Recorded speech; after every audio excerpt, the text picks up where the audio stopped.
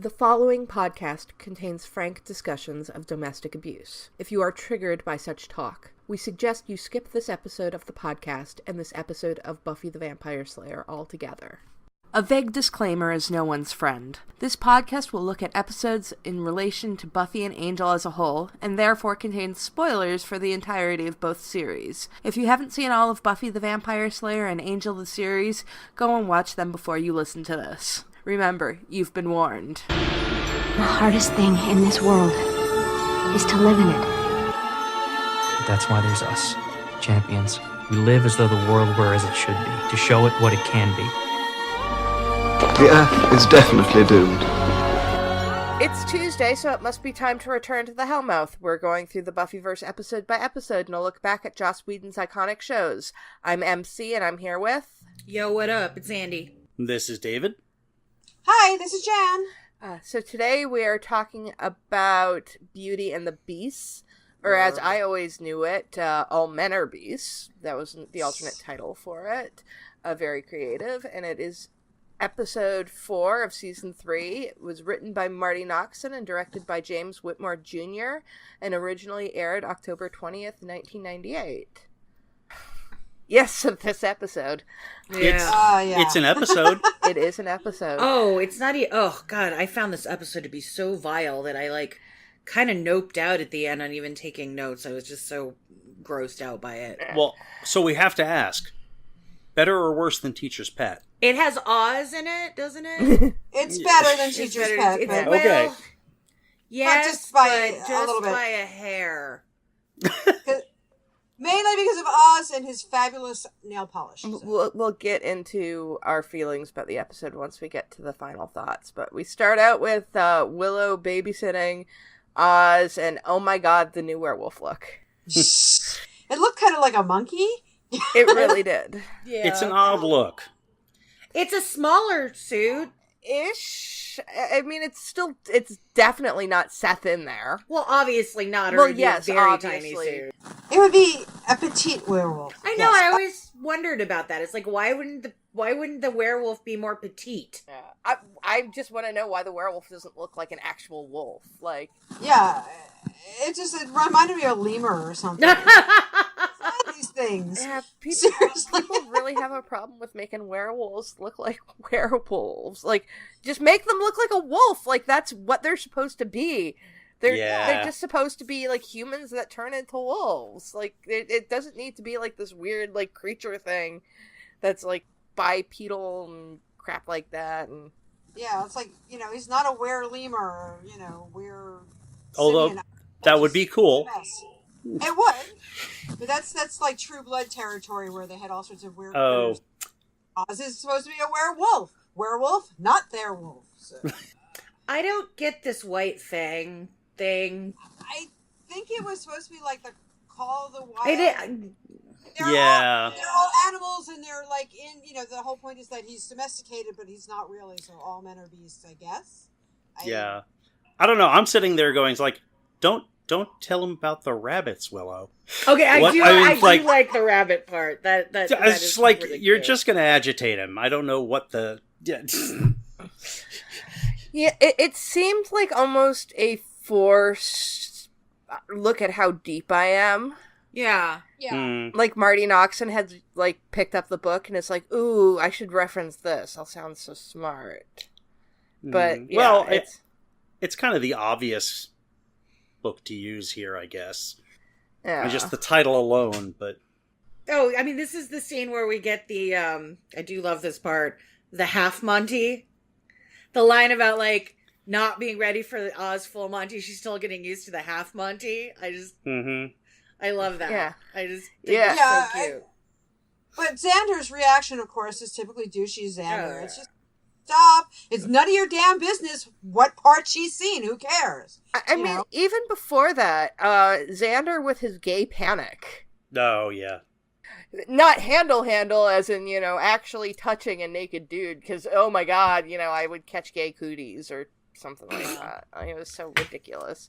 I do like that we're establishing that Willow and Oz are, like, taking their time and, you know what I mean, with, like, okay, I'm getting used to the half Monty, and, like, like, you know, it's progressing like a high school relationship does, right? And it is progressing. That's the thing.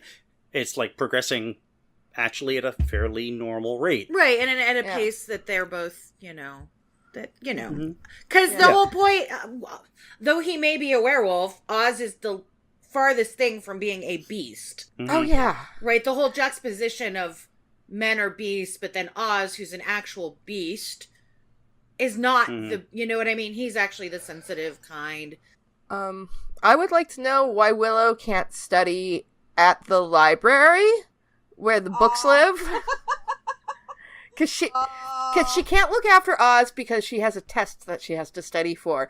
But the library is where the books live, and there's a computer there, and it's like, why can't you study there and look after your boyfriend? Instead, you gotta leave him to Xander, who is the fucking worst. Right. Oh, yeah. Right. No, he's like...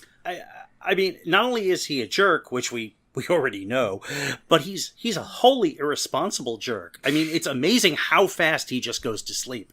Yeah. He doesn't even attempt to be responsible. He's just like, I'm going to take a nap. Right, it's not like he was sitting there and trying to pay attention or read or something, he dozes off. He's just like, as soon as she's gone, hit the table. Like, what the hell is wrong with him? I've always wondered, why don't they just trank Oz every...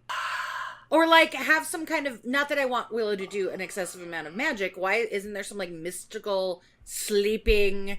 Like, I've always just wondered why... Like, obviously, it's for plot reasons and drama. He needs to be able to transform and be... You know, we wouldn't get what we get without it. But I'm like, if I were me, I'd be like, just freaking give me some... Whatever, knock me out. But... There might be some unpleasant after effects from getting hit with a trank dart. And also...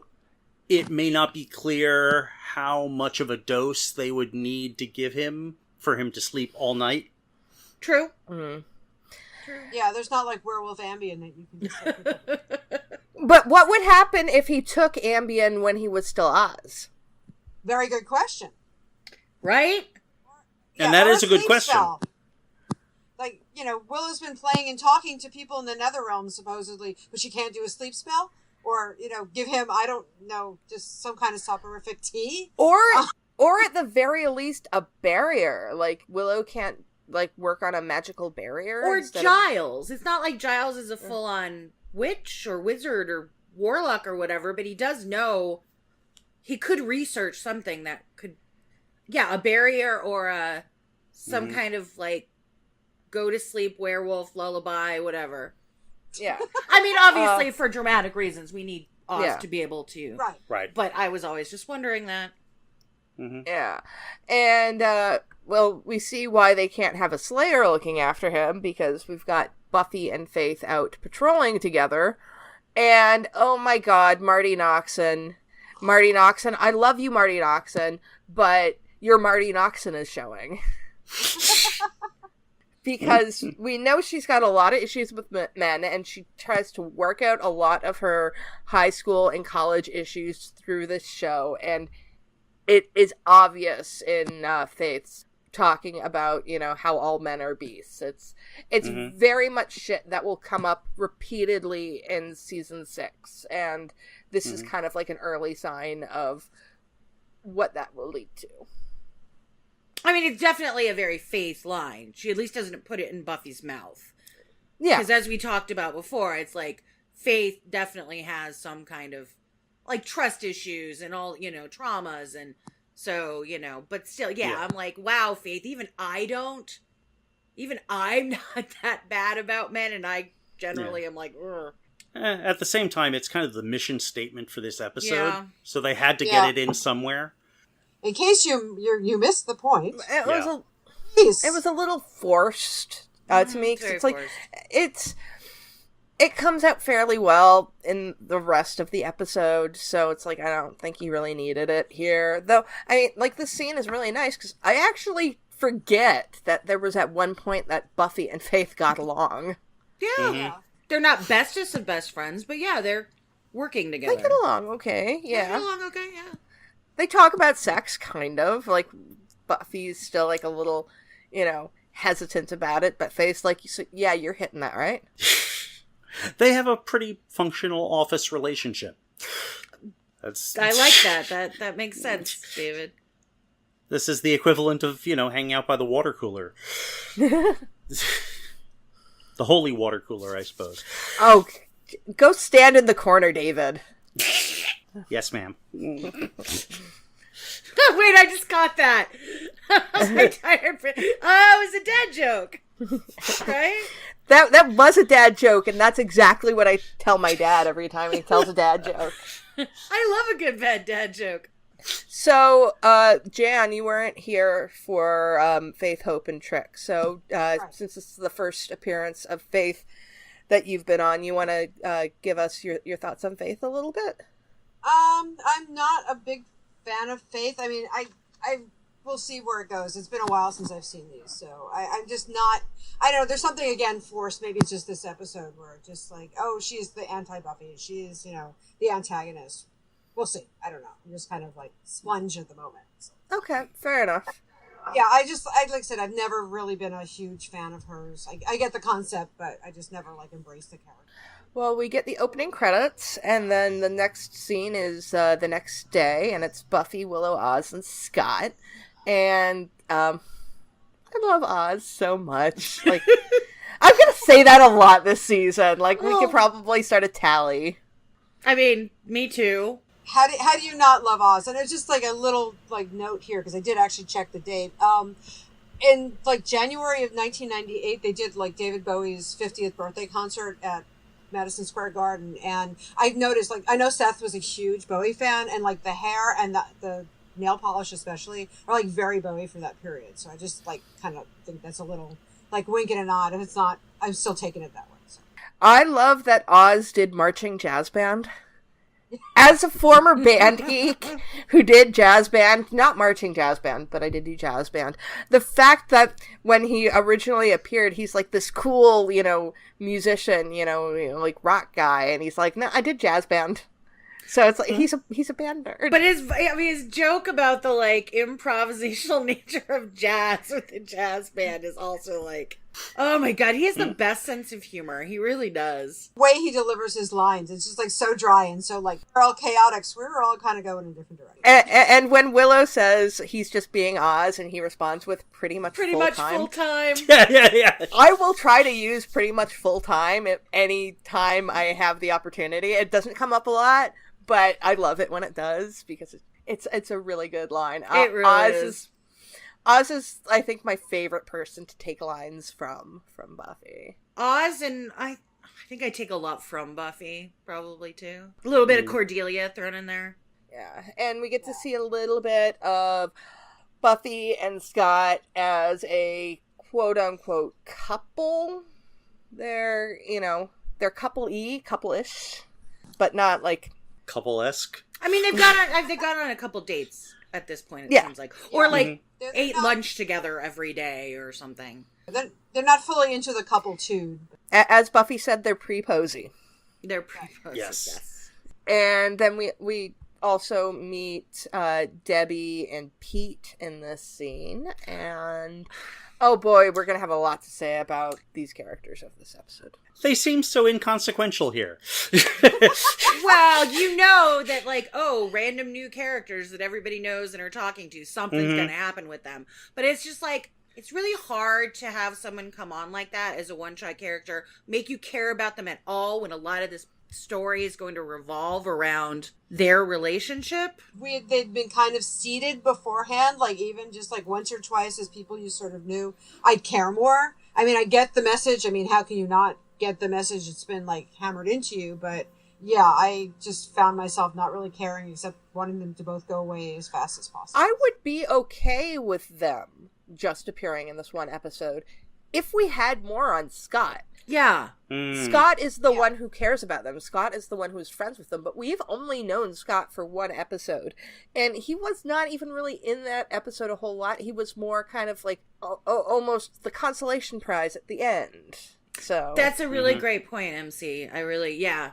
What is his reaction? What is going? Because he's the in for this relationship. I mean, obviously Oz knows Debbie too, but no, I mean, Yeah, I mean, and later Scott will drop, well, I've known them since before we went to school or something, but you never get that real feeling of closeness from them. I don't know. Maybe it's just the way they're acting. Yeah, Scott's relationship with them is essentially mechanical. No real characterness to it. It's just like, oh, Scott's friends with these guys.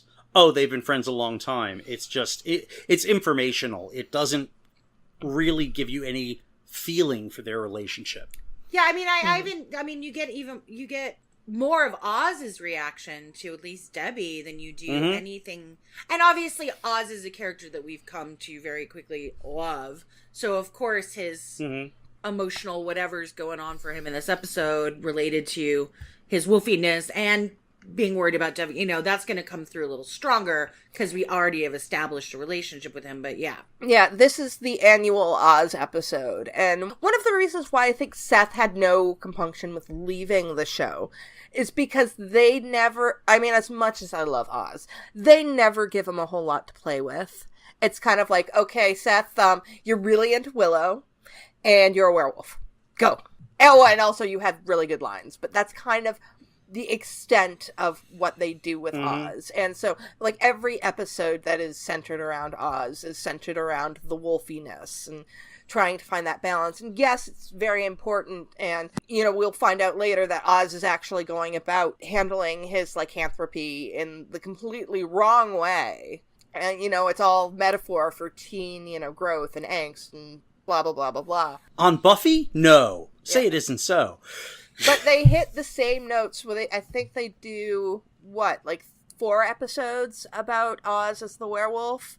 And they're always kind of hitting the same notes, so. Yeah. Mm-hmm. Yeah, it would have been nice to actually have an Oz episode where it's just, he's doing something else, or you find out about his family, or, you know. It's not just, oh, hi, I'm a werewolf, and somebody thinks I've killed somebody. Kind of like the Zeppo, but for Oz. Oh, that would have been good. But we get to the library. The gang goes in, and Giles is having his, you know, British freak out. Mm-hmm. And Oz's great line, just a thought, poker, not your game. But I have to wonder, why isn't, like, they've obviously been looking for a while as to how Oz could have escaped. Because they're Giles is very panicky. So why wasn't his first question to Xander, were you watching him all night? I was also bothered that the window was way too small and way too high up for Oswulf to get out. Like, even though they have slimmed down the suit, it was still way too small. Yeah, the high up didn't bother me because in theory, he's a werewolf. He could leap, but yeah. No, it's just too small. Just scuttle out of there. Yeah, because the window wasn't even open all the way. It was only open part way. So he'd have to be like like really slither through. Right. Mm-hmm. And also, you know, when later on they do this whole thing with forensics and Willow looking for hairs and stuff. But like nobody looks, because if there was a wolf that forced its way out of that window, wouldn't you look to see if it was forced out? Wouldn't you see if there was like hair that got caught? It's like they don't even look. They're just like, they look up and see the window and go, oh, he must have gone out of here. Like, what? I mean, it is in a moment of panic and like, oh gosh, did this really happen? That, I don't know what I'm trying to say. That's like a heightened emotion of like, oh, I don't know if they're really thinking about looking at the window. I don't know. Forget it. My mind just wandered. There's a lot of panic going on. Yeah. Though I was very pleased when I first saw this episode where it's like, oh my god, they're letting Oz have a plot. Oh, precious. Oh, and his sad face is so sad. Yeah. I was just like, it broke my little heart because he is such a gentle person. Yes. You know, Oz is, besides punching Xander that one time, he's a very, I mean, and obviously slaying, but that's not really, you know what I mean? Basically, the only times Oz loses his cool is if he feels that Willow is being threatened in some way. Yeah. Yeah, he's very protective of her, but other than that, yeah, he's not a fighter, he's a lover. Buffy ends up having to take off because she needs to go to her counseling session, and Mr. Platt was just way too nice to live. Like, he was, I liked him. Yeah. I really like Platt, but of course that means he's gonna die. Well, yeah, he was nice and he smoked. And if you're a good guy who smokes on Buffy, you're dead. Yeah, you're dead. Right. I mean, and that was also, by that point in time, that was like true of every show. Either the only people who smoked were villains or nice people that were somehow going to wind up in bad situations. As we talked about with Mr. Trick's comment last last episode, he's not white enough to live in Sunnydale. Truth. That is absolute truth. Which is honestly one reason why I was really sad to see him go. Sorry, spoilers. Well, I was sad to see him go because he was actually pretty good at his job. He was a little preachy and that talked too. a little much, but that's more of a writer thing instead of... But as someone who has done a lot of study on counseling techniques, he sets up the therapeutic relationship and rapport like really well without it being overly mannered or overly... He's just... Yeah, I mean, he's trying to make a connection to Buffy, and it seems like Buffy's actually kind of into it. Mm-hmm. And it was also, for me, I come from a background of like psych and social work. So it was really nice to see like a therapist or a counselor that was actually portrayed well and right, and not like some kind of wackadoo or just like stuff that you never discuss in therapy. Yeah. So yeah. Or someone that's just terrible. Like, oh, Buffy has to go see this counselor, and he's really just this sort of bored guidance counselor guy. He's really... I mean, Debbie will say that she doesn't like the things he says, but that's probably because he's trying to help her confront things and make her... When you're not open to it, it doesn't work. We'll get into Platt's relationship with Debbie a bit later. Yeah. But I do. He forms a really nice therapeutic bond with Buffy, and she seems to be kind of like, all right, this isn't going to be as bad as I thought it was. If he hadn't died, I really would have liked if she had been able to be honest with him. I think he would have been down with it.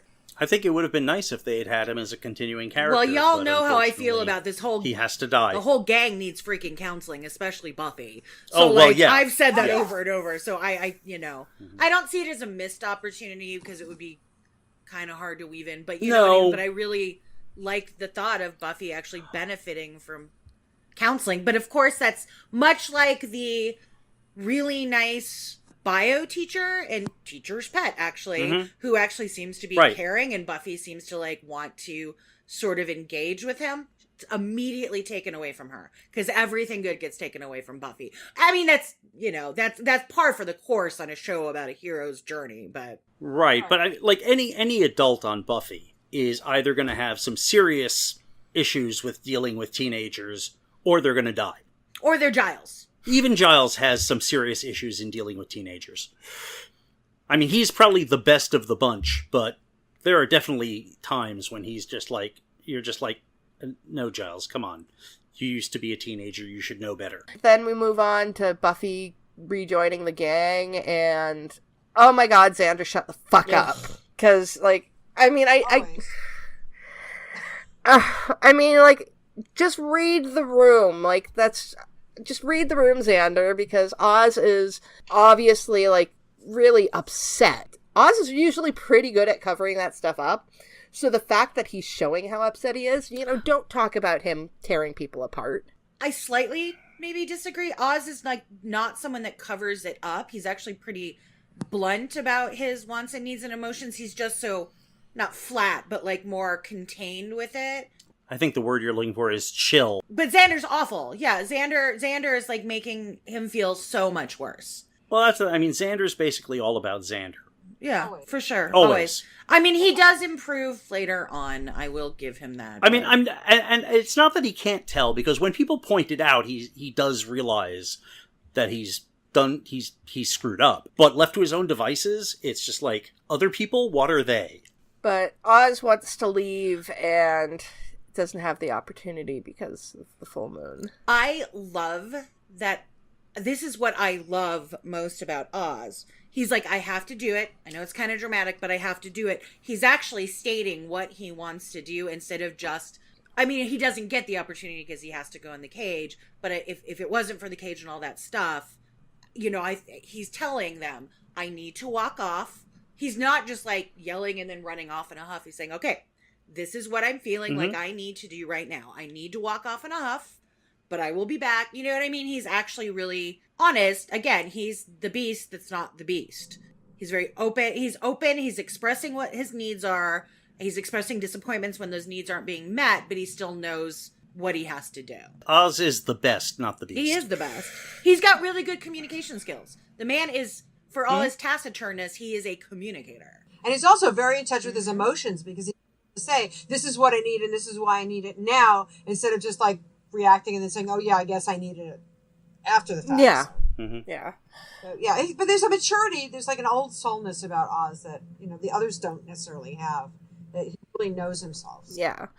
And we're going to have the Slayers out in full force. Faith is going to look after Oz, and Buffy's going to go out patrolling to hopefully find something else that's attacking people.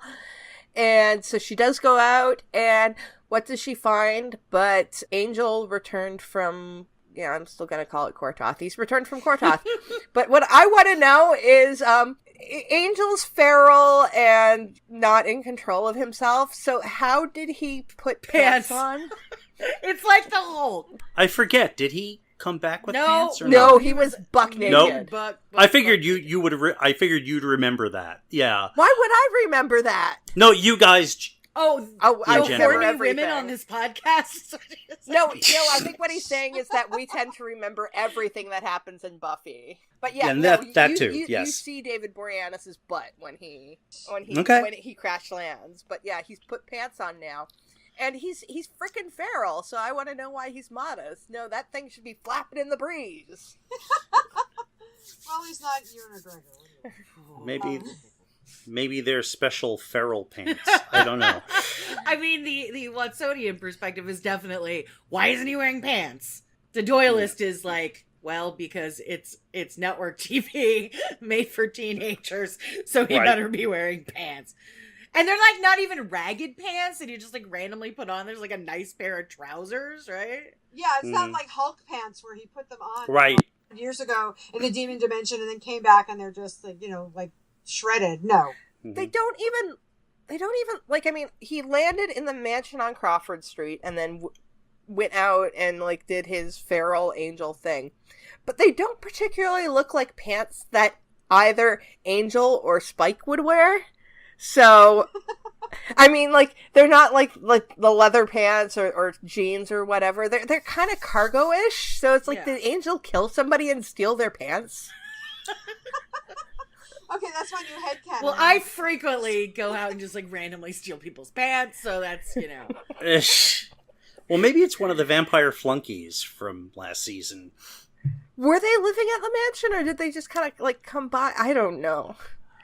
Vampire flunkies, I have no idea how often they wear pants.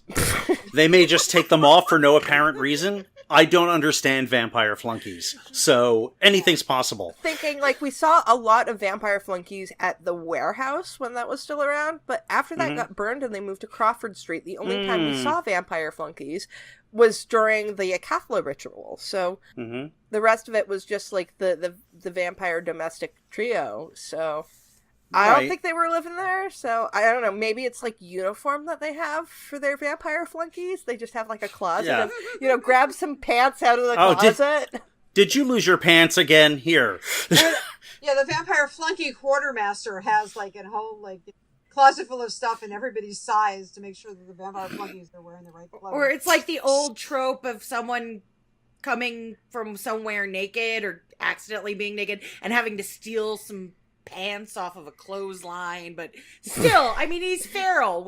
He should not be wearing pants. Why would he care? Why would he care? He'd be like, it's blowing in the breeze. The rest of the Scoobs go to the morgue, and actually, it's convenient that we call them the Scoobs because Willow is carrying a Scooby-Doo lunchbox. Yes, she I is. thought that was adorable. It was, yeah. Probably my favorite Xander line of the episode. We're doing crime here. Don't sneak up during crime. He's still treating Cordy bad. He is. My note is, I just want to like smack him the way he's treating her again. Like Xander, shut up. He yells at his girlfriend for I mean, the crime part, that's pretty funny, but yeah, it's just the attitude, and it's like considering this is an episode about domestic violence and stuff. You just think that maybe Xander should be a little bit nicer to his girlfriend, as not to come off like Pete. Yeah, and the body that they have. I mean, they all have like these really extreme reactions to the body. Well, I mean, they had the head turned away, so I'm guessing like the face was ripped off or something. But like the torso looks pretty pristine. Like you don't see any like gore. Like I know this was a 8:00 show on the WB, but if you're going to talk about how he looks like he was ripped apart by a wild animal, maybe make him look like he was ripped apart by a wild animal. Well, to be fair, I'm jumping ahead here, but when we see Platt in his office later, he's not ripped apart at all. He's wounded. I mean, he's got like serious gashes, but no real dismemberment or... In fact, I mean, he's sitting there with his goddamn cigarette still burning. I still want to know how that works. Yeah. No, but I mean, they seem to be really working way too hard to make Oz look like the bad guy. Yeah. When, if Oz had done it, it would have been much more serious than that. Like, we see what happens later when Oz kills Veruca. He rips her throat out. Yeah. I mean, I think it's obvious to most of the audience that it's not going to be Oz. Yeah. You know, I mean, I never thought watching this episode it would ever possibly...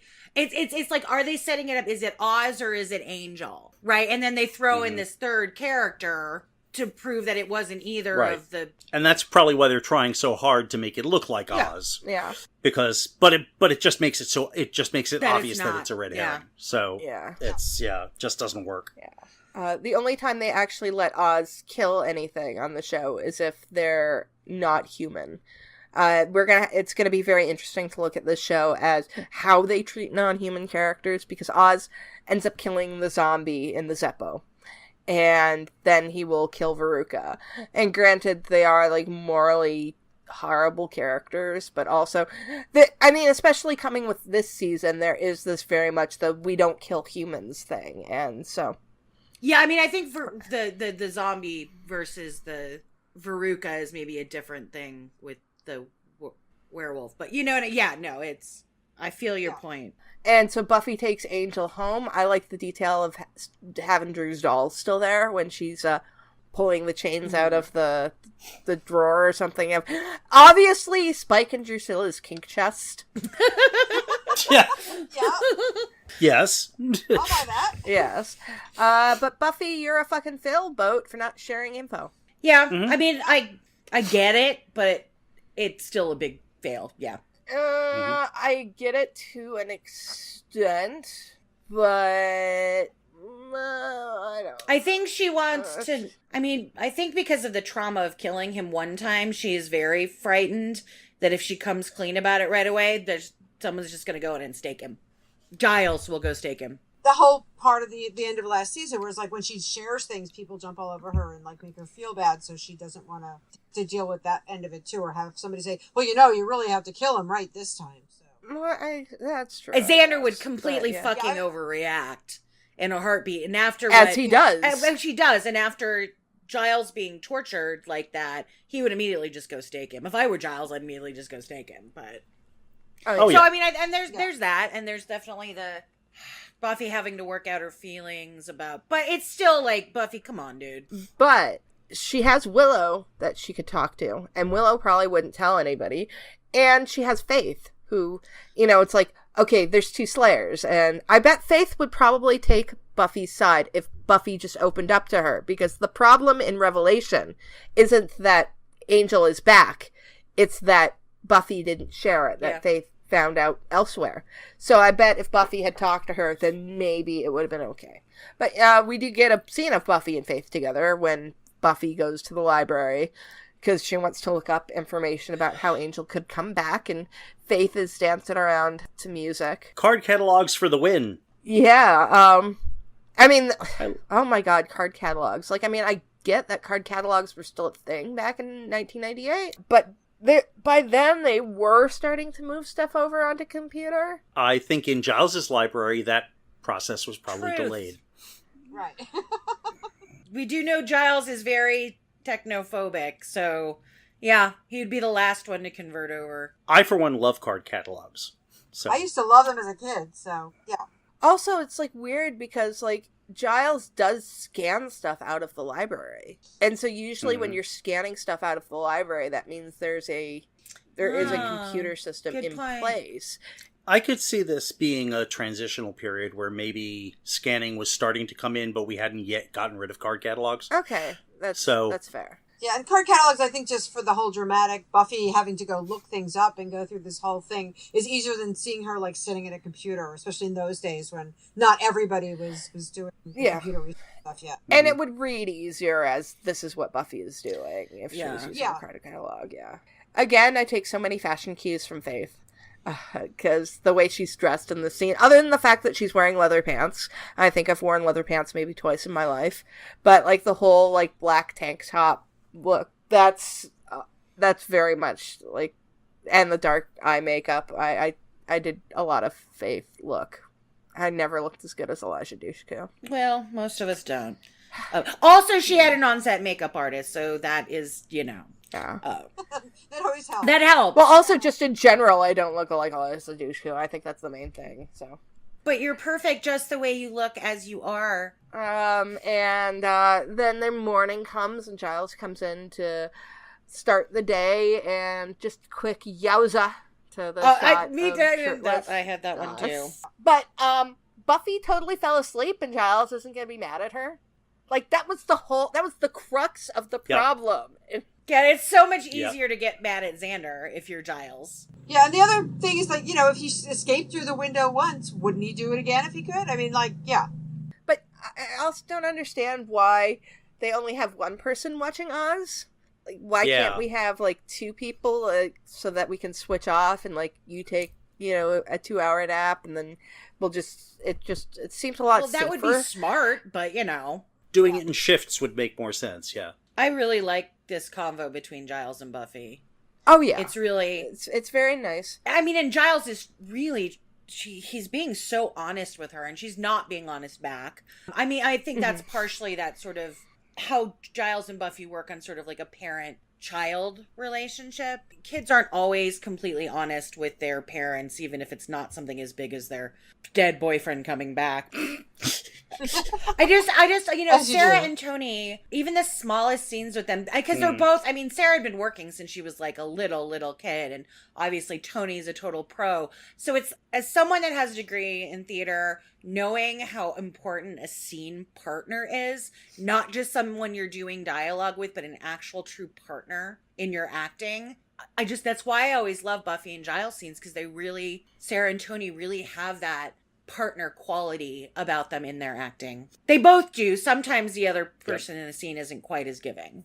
Yeah, and this was one of the last times that we really got to feel Giles's emotions about Jenny. Yeah. I mean, there's a couple more times when it will be mentioned, but this is the last time that I think we really get Giles's emotional state over it, and it makes me sad. But I mean, obviously, it's been probably about half a year at this point since it happened. So, I mean, the mentions do taper off after somebody has passed. So, Giles' comments about how no one returns from a demon dimension, Angel of the series just really pisses all over that. I mean, like, Buffy, like, there was a couple of times on Buffy that people come back from demon dimensions, but just thinking about Angel, like, Fred, the whole Angel Investigations gang, Angel on like multiple occasions, Connor, Gunn, like there's just so many demon dimensions and they're always coming back from them. Well, maybe no one came back from one before and Angel did it and then everyone started doing it. Well, it could be like that whole thing in DC Comics where like they were like never really liked bringing people back from the dead, but then when they brought Superman back from the dead, they said that Superman like left the gates of, the afterlife open like a little bit, and so that's why people return more. Or, Giles just doesn't have the proper information because it was never given to him by the fucking Watchers Council. I just like David's just like throwing his hands up in just disgust at me bringing up that. Don't even get started on like comic book death. That's just that's just a joke. Yeah. And Willow's been at the donut place since the TV did the white noise thing. It's that joke really dates this episode because no channels do that anymore. No. They haven't done that in years. And also, if she couldn't sleep, why didn't she come to the library to watch after her boyfriend? That's my frustrated noise. But Jelly Donut, yes. And this is, I think, is this the first mention of the Buffy gang and their jelly donuts? Yeah, I think so. Might be because they do love their jelly donuts. Even Giles loves the jelly donuts. For good Yes, reason. they're delicious. Well, yeah. Yeah. Now I want a jelly donut. Ugh. Dang it. Dunkin' Donuts is too far away. I was just gonna say, damn it, I want a punchki. I have no idea what that is. It's a Polish jelly Oh. donut. Oh, those are good. Yeah. Sorry, sometimes I get really Polish. That's okay. You're entitled. Donuts. And Buffy ends up going to lunch with Scott and his friends, and she's eating Jell-O. Lots of Jell-O. Much Jell-O. I didn't realize. Well, I mean, granted, I dropped out, and even when I was in high school, I didn't eat in the cafeteria for lunch because I lived like a block away from the high school. But I didn't think that high schools had that many Jell-O products at, I can't remember because I never ate in the cafeteria. We would go grab something out of the cafeteria and bring it outside to the lawn. I also feel like at this point, like in 1998, that you wouldn't have these plates of gelatinous dishes, that you would get like the little Jell-O cups instead of like actual things that look like lunch ladies made them. I mean, maybe that explains why the lunch lady goes crazy in earshot. Mm-hmm. And this scene really establishes that Pete's a fucking terrible person. Yeah. Yeah, my note is, glad to see they're making us know we're not supposed to like him right from the get-go. Yeah, because, I mean, They're just- he's misogynistic, he's homophobic, and he's just fucking disrespectful. He is the anti-Oz. Yeah. Yeah, I just do not like him at all, and this is the scene that establishes that Debbie is really creeped out by Mr. Platt, and Buffy kind of likes him. And I think that, yeah, like we mentioned before, I think Platt was probably on to the fact that Pete was abusing Debbie and trying to break that relationship. And Debbie is obviously very much the battered woman trying to protect her abuser, which is not, it's not unrealistic. Oh, it's completely realistic. No. It usually takes, Yeah. I don't know the exact statistic off my head, but it's like 6 or 7 times before someone is actually able to leave. Like times that they've tried to leave until they actually succeed. It's a pretty high statistic. Yeah, it's very hard to, unfortunately. Especially for a high school student.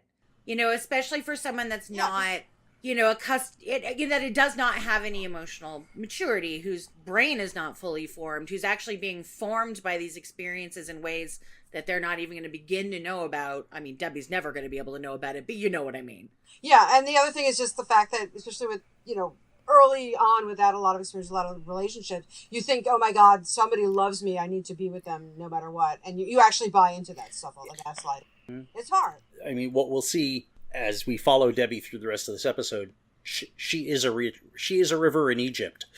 It is, I mean, just like, which is, again, not unrealistic. Well, but and Scott has said he's known them both since before school even started. I'm not saying they've been together that long, but it seems to me that I they're get the impression they were probably their first relationship ever, and that relationship is longer than, because they're juniors at this point.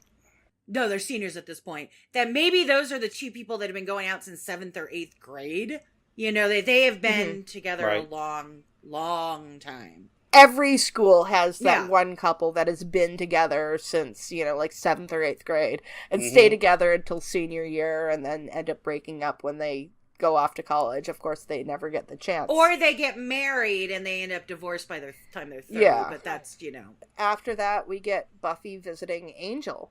And Angel is just still feral. Still wearing pants. The feral pants of doom.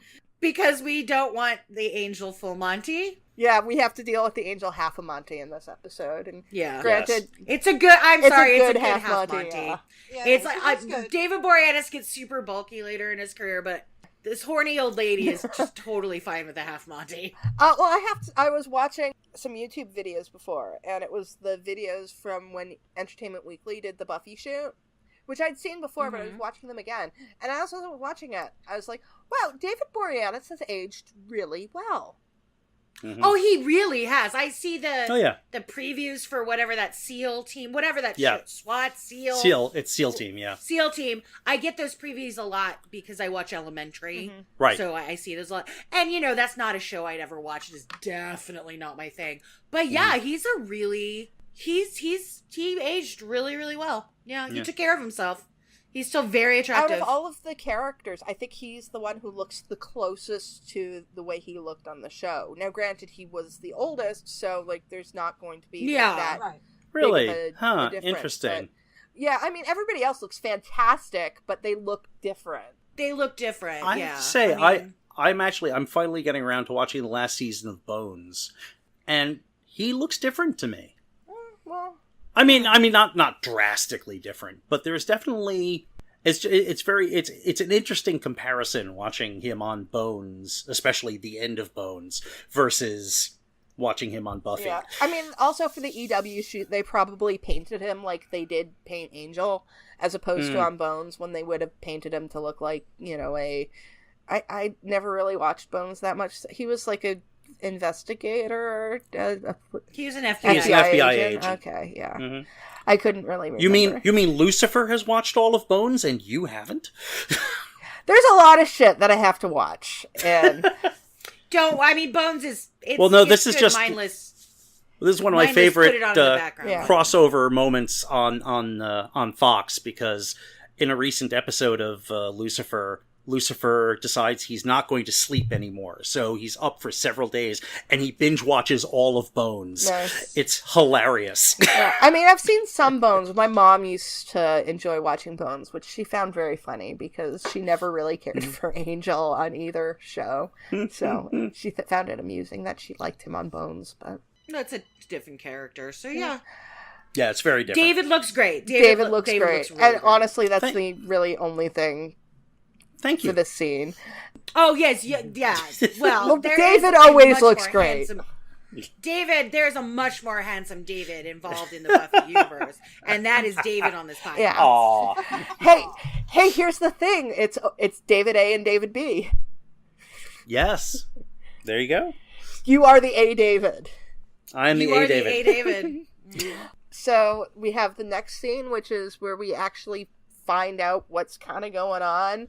We get Pete and Debbie and Buffy going to see Platt, and they're kind of intercut with each other. And don't turn around and just listen. Never goes well. Right. It doesn't. It's such a trope. But yeah, we find out that Pete is doing whatever he's doing. And He's Jekyll and hiding, basically. He's Jekyll and hiding, yeah.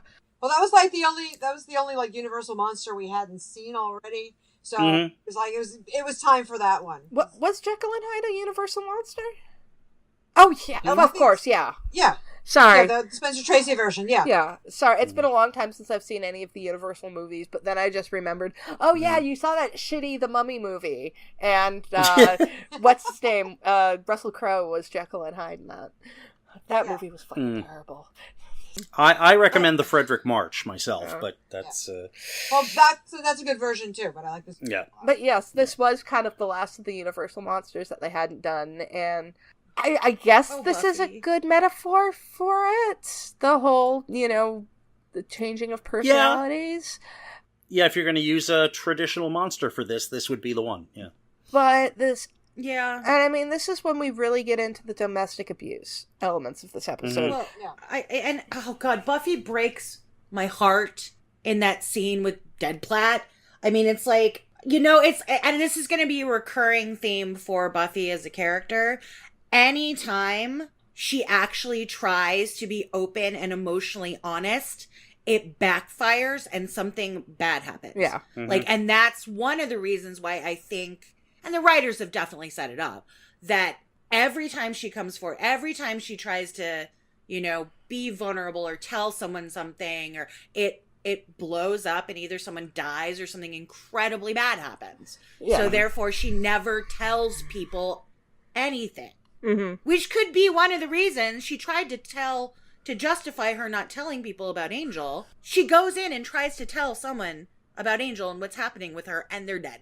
Mm. Right. And for a teenager, that could be causation doesn't equal correlation doesn't equal causation. But in the mind of a teenager, sometimes it does. Yeah. Mm-hmm. And it's also just trauma added on top of Buffy's own. Yeah, I mean, she's always experienced. So yeah, she's going to learn not to talk. So the effect of turning Pete into the monster. That was fucking terrible. Yeah. The shaking of the head thing. Just to note here, it actually reminded me way too much of the Doctor Who episodes End of Time, and the same effect wherein everybody turned into John Sim the Master. Right. Yeah. And I'm just wondering, I was watching it, considering we know Russell T Davies was a, Buffy and Angel fan, whether or not that's where they nicked it from, but it was just like, it bothered me because I kept expecting them all to turn into John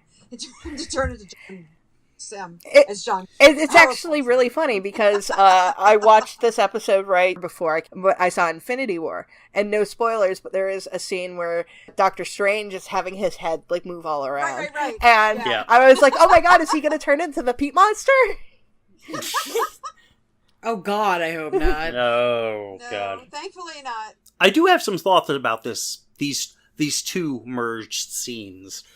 First of all, the thing with Platt makes no sense physically. The way he dies? Yeah, it's like, first of all, he's clearly wounded, but none of those wounds look fatal. 2, if that happened to me, I would not still be holding on to my goddamn cigarette. That is just crazy. The positioning of his body was totally bizarre. Nobody died. Unless they are like literally struck by lightning or like some magic spell where we just like realize you don't die with like holding your cigarette out in The kind of monster that kills him would not leave him in that state. Yeah. So there's that. And then there's the Pete and Debbie thing. And I'm like, what is Pete's motivation for making this formula? Which, by the way, I'm convinced is like they just opened some glow sticks. Yeah. And dumped. No, seriously, I have a friend who did this for something. And it's like, yeah, that's glow stick juice. But it's like, it's not, Debbie doesn't seem to be giving him any reason to like prove himself in any way. That is, or maybe I'm missing something. Abusers are just like that. Yeah. There does not have to be any I get reason for any of their bullshit. Oh, absolutely no, I totally believe he would abuse her, but Jekyll and Hyde thing. To like create some formula to become Mr. Hyde, like that seems more of an effort than there's any point to. I mean, it's not so much for me the motivation, because I do get the motivation. It's that he always felt that he needed to become stronger and able to control her more. And especially if she's getting help from like Mr. Platt and stuff, and so maybe he's feeling like his control is slipping or whatever, so he needs to do more and more. Also, you gotta remember that these are people who are going to school on top of the fucking Hellmouth. Yeah. So there's all of always these that. evil thoughts that are being like poured into them, so it's like, yes, maybe this is a really good idea for me to like make up this formula. But my problem is that you never get any indication that he has any scientific background. He's not your normal like Dr. Jekyll and Henry Hyde thing, because he's not. I think it would have been more effective if maybe he had been like, I don't want to use the word wimpier, but if he had been gentler and then he started doing the sciencey thing for some reason, and that's when he became abusive, and then that stuck. I don't know. It's just like the whole character of Pete. As much as he's like a paint by numbers domestic abuser, which is horrible, the motivation for the character in it just like doesn't really. So for me, I don't think the lack of motivation bothers me. There's a lot that bothers me here, but the lack of motivation doesn't bother me because the motivation for a domestic abuser is never clear and it's never logical. And you know what I mean? Like, I don't feel like how can I put this sensitively? I don't really care about what an abuser's motivation is. I care that the abuser is abusing. Yeah, that's not what I'm saying. I don't want to speak for David, but for me, it's like the abuse thing is fine. It's just the whole, why does he become Jekyll and Hyde, and what the hell? That part of I could have lived with him more as just an abusive guy who's just abusive without having to like do the job on top of it. Exactly. I don't question the abuse or that he's an abuser. It's just, this seems like a weird way to go about it. Well, because this episode handles domestic violence in the most freaking ham-handed way possible. Well, and it's so bothersome because the way they treat it, the way Marty treats it, is very after school special. Mm-hmm. There's no, this is the wrong show and the wrong writers to actually be trying to tackle this in a nuanced way. So his lack of motivation and the whys are just inconsequential to me. I mean, I guess that's at heart what I'm saying, is that I think this wasn't done well. It's almost the same problem that they had with Reptile Boy when they were trying to make it a metaphor for date rape, and then they actually included an attempted date rape in there. They're trying to do the monsters as metaphor for domestic violence, but they just flat out have domestic violence in there. So they're almost trying to justify the killing of Pete at the end by making him some sort of monster. But Pete is the monster. It's like you don't need the metaphor because you could just have him as a domestic, as a guy who beats up his girlfriend and be a shit, and not need the Jekyll and Hyde thing. Like I said, it's just the whole thing doesn't make sense. See, the more we talk about this, the more this may have catapulted this.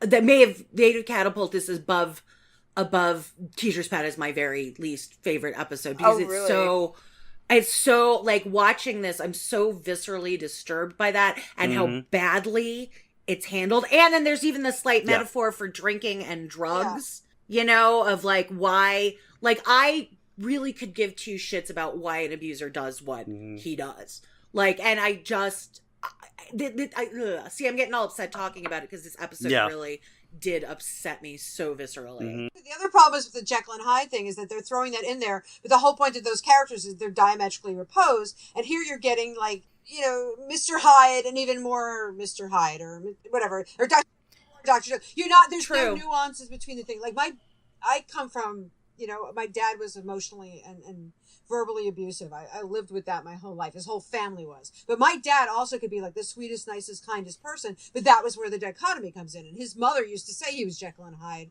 because you did have that very black and very white personality in terms of, and later on in his life it kind of bled through, but there was a time where it was like you knew when to like kind of avoid the shit that was going on. And here it's like he's always, Pete's always bad, and he's like bad and then he's worse. And that actually doesn't, if you're going for the metaphor, that's not what you do. And we've already seen in that cafeteria scene that Pete is not a nice person, even when he's not all hided out. Yeah. May I also just mention, just going back to that lunchroom scene, Pete making that horrible comment about the manic depressive chick. Which I feel like Marty put in there as almost like foreshadowing to this whole Jekyll and Hyde thing. And fuck her for doing that, because as somebody with bipolar disorder, I'm not fucking Jekyll and Hyde.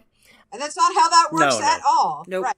It also doesn't turn off and on like a freaking dime. So the most interesting thing about this episode for me is it points up, and I think Emcee, you were talking a bit about this earlier, is the question on Buffy, and this is something I think about Buffy and Angel generally, and this is me coming from my philosophy brain, is it's like the question of who is it okay to kill? And by making Pete a monster as opposed to just a human monster means it's okay to kill him. Very good point. Have you ever checked out All Things Philosophical on Buffy and Angel? It's a website which I can't remember. It's the acronym is the I'll find the address. It was run by my friend Masquerade, and I know it's still up there. Big Connor fan. I loved her. Yeah. I'm also right now wondering if one of those pop culture and philosophy books has been done about Buffy and Angel. There's been several. It must have. Oh, I have them all. They're sitting on my bookshelf. Yeah, I need to. All this is sort of making me think there's a Torchwood episode called Countryside, which has to do with like somebody who's a serial killer. And in the end, you find out that the person it's not aliens, it's not monsters. They're just basically a horrible, disgusting, murderous human being. And I actually think that this episode would have been good if it turned out that, oh, wait, he's not like some kind of monster, in quotes. He's not Jekyll and Hyde. He's actually just an abusive fuckhead. And this, like, people can be monsters too without needing the supernatural stuff. But to be fair, if I remember correctly, Countryside's also a pretty terrible episode. And it's really, really gross. But Owen Teague is actually really good. This is a problem that I've always had with Buffy, and one of the reasons why I appreciate Angel more in some ways, in that Buffy is so black and white with its good and evil. And one of their good and evil things is that we don't kill humans. And for the most part, unless you get into like your rare exceptions of like Clem, your demons are bad guys and your humans are good guys. Meanwhile, when you go over onto Angel and you get much more gray areas in those terms, you get bad humans. You get good demons, and you get good guys killing humans, and sometimes it's completely justified, and sometimes it's a horrible thing that happens and they shouldn't have done that. But yeah, I think this is still in that mentality of we have to make Pete a actual monster to legitimize Angel killing him in the end. I think even further, they may be trapped. I think Buffy may have always been trapped by the monsters/supernatural as metaphor for real world problems, whereas Angel, when Angel premieres and goes on, I think it's not as stuck to that concept. Well, I mean, the concept came up of this whole high school is hell metaphor. Right, but I think it kind of continues on even past that. Right, because then college is hell. Just to jump ahead a little bit in the seasons, let's take a look at season 6, when Warren is a horrible magic-using, machine-wielding murderer and attempted rapist. Do we think that, I mean, obviously the way Willow kills him is completely terrible, but do we think that maybe Warren should have been killed because there's no way that he was going to be held in prison? No, the only way to get rid of Warren is to kill him because, he was going to keep on going and going and going, and he was never going to be rehabilitated. He's a deplorable, horrible human being. The only human character that we ever see in jail is Faith, and that is because Faith wanted to go to jail, and the moment when it's no longer convenient for her to be in jail, she breaks out.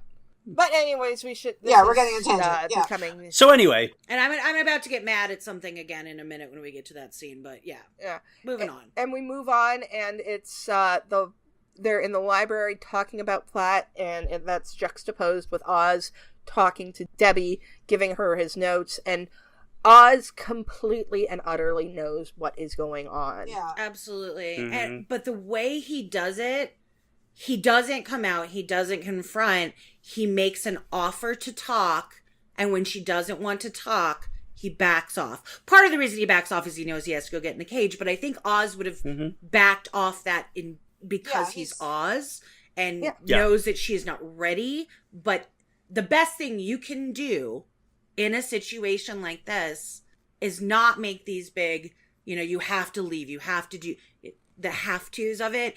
You hold space with that person, you offer your help in any way you can, and then you back off if they don't want to talk about it. And Oz does everything right with that. He leaves it open. It's almost like when Giles was trying to get Buffy to open up in the last episode about what happened to Angel. It's like, I'm not going to confront you directly, but I'm here if you need to And I know talk. something is going on, but I'm not going to push you on it because if I do, you're just going to clam up and close me out completely. So it's just the bridge.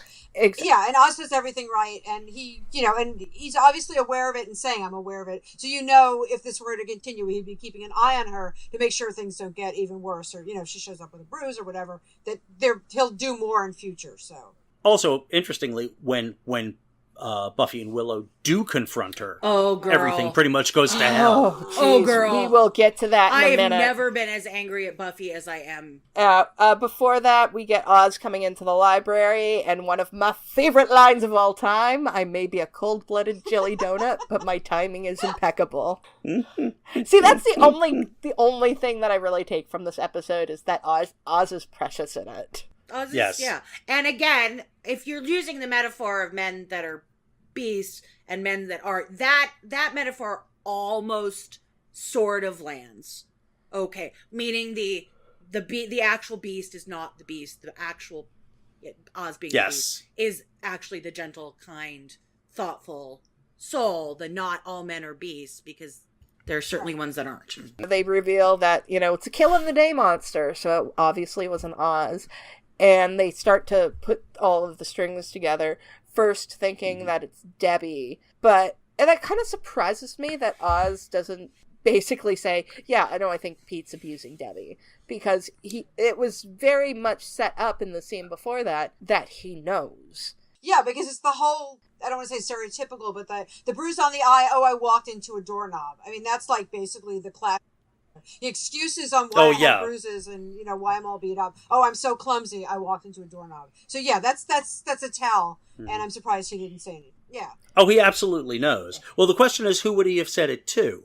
because immediately thereafter he has to go in the cage. They're trying to put together who is the one who killed Platt, and they first think it's Debbie, and Oz still has not gotten into the cage yet because everybody runs out, and then Oz is like, I guess I'll go lock myself up. And he sounds very helpless. And actually, I felt really bad for Oz in that moment. Because obviously, he wanted to help. Because I get the impression, like, this is actually probably the biggest failing in this episode. That so much of the storyline is centered around Scott's relationship with these two. And it's like, no, Scott should have not been a non-entity in this episode. Like, they did really rush the Buffy and Scott relationship, but that should have just been chucked out, and it should have instead been about Oz's relationship with these two.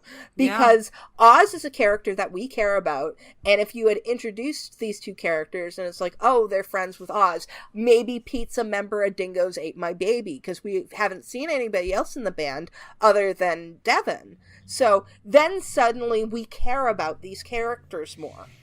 Right. Or even that we've already set up that Oz was like in the jazz band with Debbie once upon a time. This is her boyfriend. Okay, he knows him peripherally and blah, blah, blah. That would have worked so much better. Scott was like extraneous. Oz locks himself in the cage, and Buffy and Willow go off to talk to Debbie, and sigh. Fuck you, Buffy. Fuck you. And that is the only time I will, like, but there's no defending her in this scene at all. This is, and see, I may have to, like, stop talking about this because it is, like, this is the absolute most unhelpful way. And you know what? Fuck you, Buffy, but fuck you, Marty Noxon, for writing this scene where it's all it is one giant victim blame. And we're supposed to be on Buffy and Willow's side in this because there are characters. They're the people we follow. Yeah. We're never, the way it's shot, the way it's written, we're never on Debbie's side. And Debbie needs someone like, I mean, you don't tell. Buffy says, you know what works for that? Don't get hit. I know. I wanted to, like, punch the television at that point. I want to punch the television. Like, I literally had to just kind of stop taking notes at this point because I was so angry. I hate Buffy in this scene. Yeah. I do but too. She's to awful. Play the devil's advocate role, I think a lot of Buffy's anger is her projecting her own feelings about her relationship with Angel/Angelus, because they did frame a lot of the Angelus stuff as an abusive boyfriend. So I think the problem is, and it's almost like the reverse of the problem we were having in Dead Man's Party, where Joyce was trying to apply real-world logic to fantastic situations. Buffy is trying to apply her fantastic situations to real-world situations. It's the whole, metaphor versus reality thing. Right. I was frustrated as hell because it's like, don't get hit. Sorry, Buffy, not everybody's a slayer. Not everybody has super magical, martial arts powers that if somebody takes a swing at you, you can kick their ass. If you're an everyday girl and you're going out with an abusive guy, you don't have that option.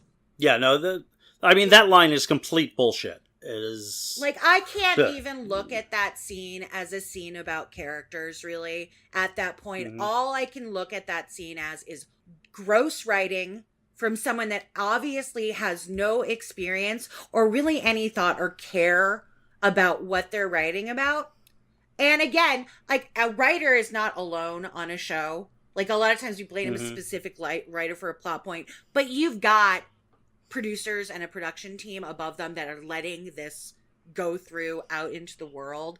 So for me, I guess I can't even talk about motivation. I can just talk about how gross and inappropriate and badly, badly done that scene was. And this is one of those cases where you have, you're dealing with a very, very sensitive subject. If you're going to talk about it, if you're going to grandstand about it, get somebody, go to a women's shelter, go talk to somebody who's involved with, like, a domestic violence group.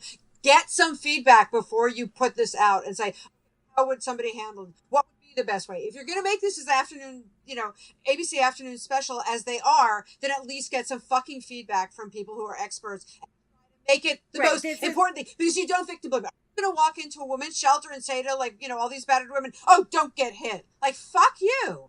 Right. And then the line she says about, someone said, oh, I think we broke her. And she's like, oh, I think she's always been broken. Again, that's basically saying, victims of abuse are broken fundamentally. Yeah. So again, this is not the writing staff and this is not the show to try to do this. And it filled me with rage. Like I said, I think this is kind of the early signs of some of Marty's more controversial writing styles, because obviously people have a lot of very divisive opinions on season 6, and a lot of that comes down to the unhealthy relationships in it. And that was Marty's season. And we obviously will get into Buffy season 6 once we eventually get there. But certainly, I think Marty has had some very unhealthy relationships in her life. And I think that she was using the show a lot to exercise her demons. And I think she did that poorly. In a lot of ways, because let's keep in mind that the whole scene in Seeing Red with Buffy and Spike, that is from personal experience in her life, and she was Spike in that situation. Wow. Yeah, I also think that Marty, I will defend season 6 when we get there, because it's a season they're way problematic stuff, but there's people beat up on Marty more than she needed to be beat up on because she wasn't Joss. But at the same time, I also think that Marty has a huge issue that she has not examined, which is ingrained misogyny. Yeah. Mm-hmm. Women, it happens with women too. And as much as we're feminists or, all those things that I'm sure Marty identifies with pretty much, there you can get this, like, the society and patriarchal values worming your way into your own consciousness without even realizing it, and then ending up being women hating even though you're a woman. Oh yeah, it's the institutional nature. Yeah, it's institutionalized, ingrained misogyny, and that comes out in this scene. And I think there is some of that in Marty. This scene is just like, so, because it is, it's a woman, and it's two women saying to another woman, just don't get hit. Oh, she's broken. That's not how you deal with this situation. It's woman on woman violence is what it is. I mean, not actual physical violence, but it's more abuse, actually, if you think about it. Yeah. I have my issues with Marty. Like, actually, I feel about Marty very much the same way I feel about Stephen Moffat, in that I quite enjoy a lot of stuff that they do, but I think they have a lot of personal issues that need to not turn up on the page. And when it comes to Marty, talking about her misogyny, I actually think the big problem is she tries to disguise her misogyny as misandry. Yeah. Because there's a lot of man-hating, but underneath that is this core of misogyny where it's like these women are not being strong enough. Yeah, no, I completely agree, and this is one of the first. Yeah. Now I gotta calm down. Let's finish talking about the rest of the episode. Okay, well, let's really move on from this scene, and let's move on to the next scene, because we start to get really fighty, but I do like this next scene. It's super cheesy, but when Pete comes to confront Oz, and it's all stupid, abusive bullshit. But then when Oz holds his own in this goddamn fight before he's even transformed. And Oz knows what's happening and Pete doesn't, so it's actually a tee-hee, just wait till the sun goes down, which actually, that's the one thing of that scene did give me life, too. Yeah, but it's great because, Pete, just, as a normal person, Pete is bigger than Oz is, because Oz is Frodo-tastic, right? Frodo-tastic. TM. And, he turns into this monster thing, and he throws Oz through a fucking table. And Oz is still holding his own. And he just gets up, and he says, "Time's up, rules change." And he kind of goes Castiel on his voice. He, deepens his voice there. And it's fucking hot. I'm sorry, it's just hot. But then we get to see a really good look at the werewolf, and then all of the hotness just goes away. Monkey wolf, yeah. It's a lemur. It reminds me of the original comic for iZombie, not the TV show because it's so loosely based. Mm-hmm. There was a were-terrier. Oh, no. And it's supposed to be funny. It's he was bit by something... and so he's a were-terrier and not an actual werewolf. I'm like, this is a were-lemur. Yeah. I really like it. I like that jam. Yeah. That's hilarious. Yeah, because it was I was like, what the hell is going on here? This is not a wolf. This is not even remotely Lupine. No, it's Simeon. What the hell are you doing? So. And then the fight escalates and people run in, and it's been a while since Giles got knocked out. Yeah. was gonna say, Someday he's gonna like wake up in a coma. Giles getting accidentally stabbed or tranked is never not funny. Oh, it's It's this what episode where he's like, he looks at it and he's like, right, bloody priceless. Bloody priceless. I don't like that. That is bloody priceless. That is even he's in on the joke at Right. this Oh, point. yeah. It's just Yeah, and fight, chase. Does anybody have anything to say on this fightiness? no. it's a fighty chasey thing. There's one thing I'm noticing while we're going through these episodes, and granted, this is not a Joss-directed episode, but I was reading on an article on Cracked, and they were talking about, sins that directors repeatedly make, and they were talking about how Joss Whedon has really shitty fight scenes in his movies. And I was like, well, how does Joss have really shitty fight scenes? He did a show with fighting on it for, many seasons. But now, as we're going back and watching Buffy, I'm like, the Buffy fight scenes actually kind of suck. Yeah. I don't know if Joss has really shitty fight scenes. I don't know, the one in Avenger is pretty good, but Yeah, I mean, I like the Avengers pretty great. I don't know. I don't think they're terrible, but they're not. Actually, you know what? I'll generally defend Joss on that fantastic. because there are some great fight scenes in Serenity. Malcolm Reynolds can take, and they're real visceral and human because, I will correct things a little bit. He is okay. And Buffy is pretty good at a one-on-one fight. Because, Yes. I mean, even, the shittiness of that Becoming fight in terms of the matching, it was still, a really good fight. But when you're getting... And, this fight does have, a lot of elements going on. But Buffy is not really good at having, a bunch of different fighting elements going on at the same time, keeping up the pace okay. Because it's, I just... my notes are just kind of, fighty, fighty, Angel Ex Machina... Though I do have, I do have a theory, and this connects to my whole Angel is in Kortoth theory. Okay, so It's bunnies, isn't it? it's always bunnies. Angel, before he turned into Angelus again, was a really shitty fighter. He was awful in seasons 1 and the beginning of season 2. It was always Buffy was the one who was actually doing the fighting, and Angel was just kind of there.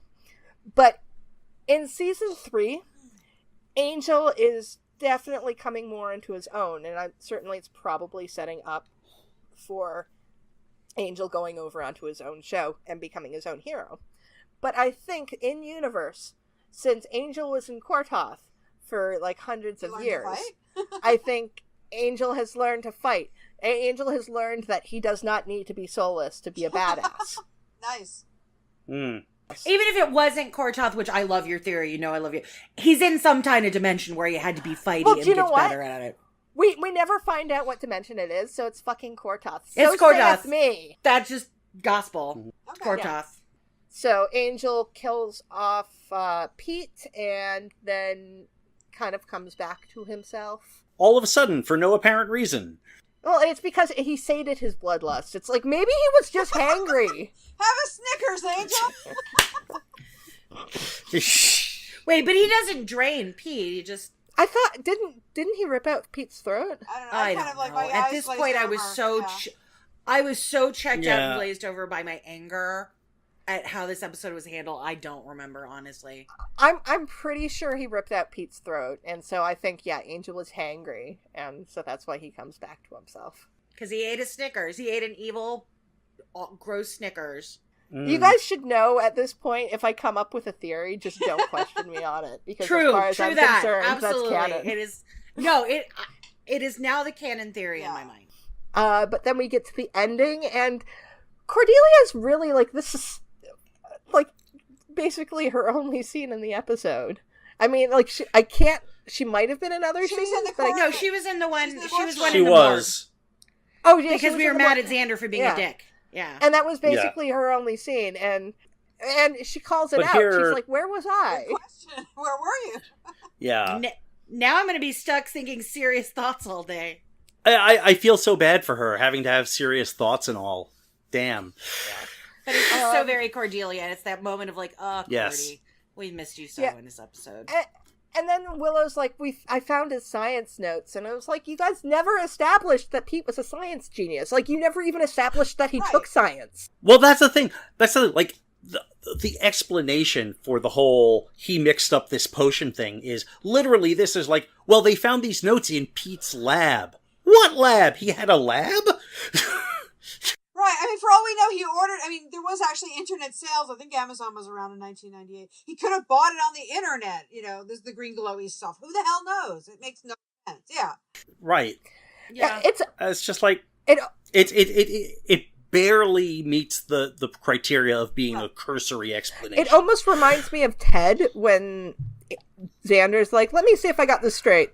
Ted's a sickly loser, built a better Ted, and then, you know, things went bad. And it's like, you have to explain it, like, before, you know, the guy's like, at this point, Pete's dead, Debbie's dead. We don't fucking care what their motivation is. You've got to put that in beforehand. Right, Ted at least makes the story of Ted actually makes more sense overall than this one does, you know, and he's a more villain, but this is like, who cares, you know? Great, you did your Jekyll and Hyde story, it sucked, the end.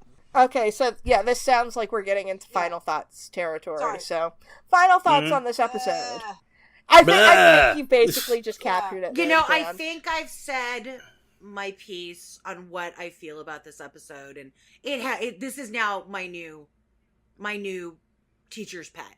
Like, it really is. Wow. It really.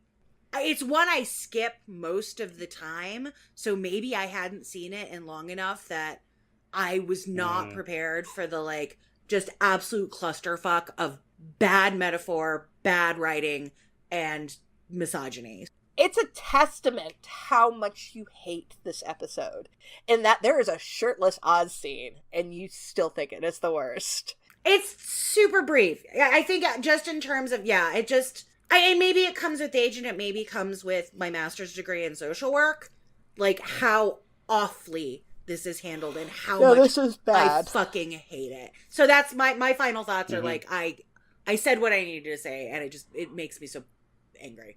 Yeah, it really wouldn't surprise me if once we get to the season 3 roundup, if we see this turning up on the worst. This is my number one. This is already my number one worst. It's bad. I mean, other than, you know, the brief Oz stuff, which is wonderful because Oz is a wonderful character, and, you know, Seth is just so good at it. It sucks.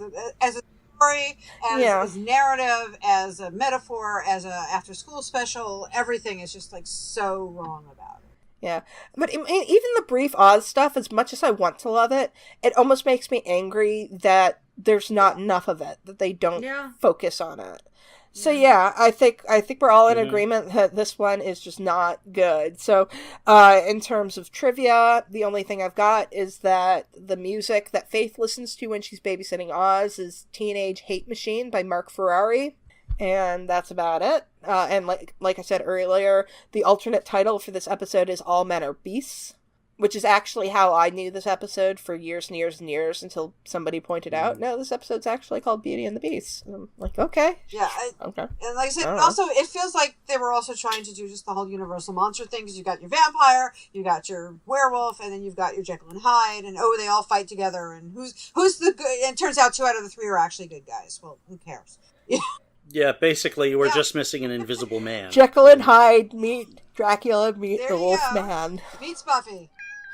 Did you have, hold on, someone else had final thoughts. Oh, she said it sucks.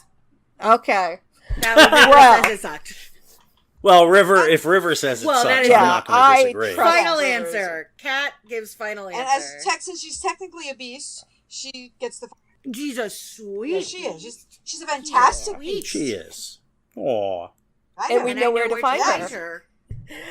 So next time, we'll be reviewing Homecoming, and I'm sure we'll all have many, many thoughts on that, both good and bad. Yeah. Yes. So until then, grr, arg. Grr, arg. Grr, arg. Grr, arg.